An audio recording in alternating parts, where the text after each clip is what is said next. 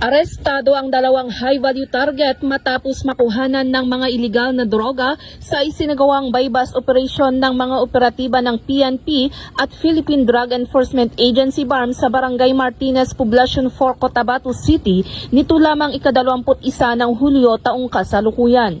Kinilala na PDEA BARM Director Gil Cesario Castro ang mga suspek na si alias Homer, 31 na taong gulang at si alias Abu Bakar, 31 na taong gulang.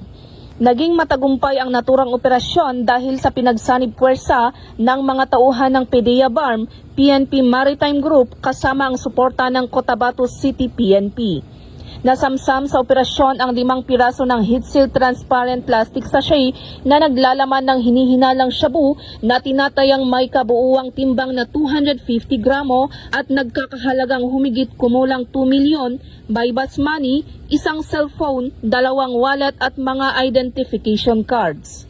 Ang mga suspek ay nahaharap sa kasong paglabag sa Section 5 ng Article 2 ng Republic Act 9165 o ang Comprehensive Dangerous Drugs Act of 2002 na may kaukulang parusang habang buhay na pagkakakulong.